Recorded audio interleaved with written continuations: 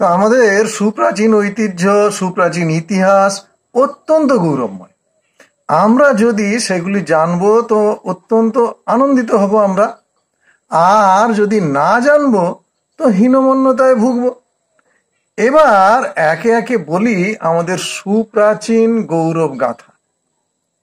রসায়ন বিজ্ঞানের আবিষ্কারক ঋষি নাগার্জুন, যোগ পণ্ডিত ছিলেন ঋষি পতঞ্জলি, গণিত শাস্ত্র আর জ্যোতির্বিদ্যার আবিষ্কারক ঋষি আর্যভট্ট, ঔষধ বিজ্ঞানের আবিষ্কারক আয়ুর্বেদাচার্য ঋষি চরক, অস্ত্রোপচারের দ্বারা পুনঃসংযোজন বিদ্যা অর্থাৎ সর্বপ্রথম প্লাস্টিক সার্জন হচ্ছেন ঋষি সুশ্রুত, পারমাণবিক তত্ত্বের প্রতিষ্ঠাতা ঋষি কনাদ, বিখ্যাত জ্যোতির্বিদ ছিলেন ঋষি বরাহমিহির, বীজগণিতে মহাপণ্ডিত ছিলেন ভাস্করাচার্য, বোমযান প্রযুক্তিবিদ্যা অর্থাৎ বিমান সংক্রান্ত বিজ্ঞান বিশারদ ছিলেন ঋষি ভরদ্বাজ, বিশ্ব সৃষ্টির অর্থাৎ সৃষ্টি তত্ত্বের বিশারদ ছিলেন মহাপণ্ডিত ঋষি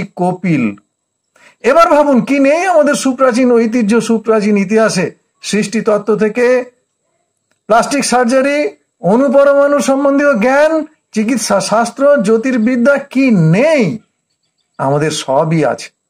আমাদের সুপ্রাচীন ইতিহাস, সুপ্রাচীন ঐতিহ্যে এটা আমাদের জন্য অত্যন্ত আনন্দের এবং অবশ্যই গৌরবের।